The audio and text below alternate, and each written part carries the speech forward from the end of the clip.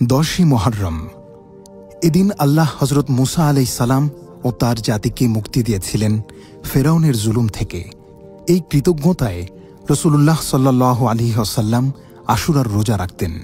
তিনি বলেন, আশা করি এই রোজা বিগত বছরের গুনাহ মাফের উপায় হবে। তবে তিনি আরও বলেন, তোমরা ইহুদিদের মতো করো না, আশুরার আগে বা পরে আরেক দিন রোজা রাখো।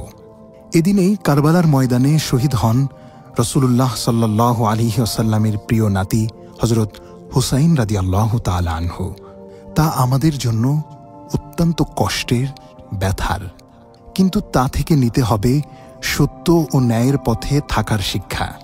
কোনো মতেই তাজিয়া মিছিল করা, দেহে আঘাত করা, রক্তাক্ত হওয়া, মাতম, শরীয়ত বিরোধী প্রথা ও ভ্রান্ত বিশ্বাস ছড়ানোর কাজে যুক্ত হওয়া যাবে না। আল্লাহ আমাদের সঠিক বুঝ দান করুন। আমিন।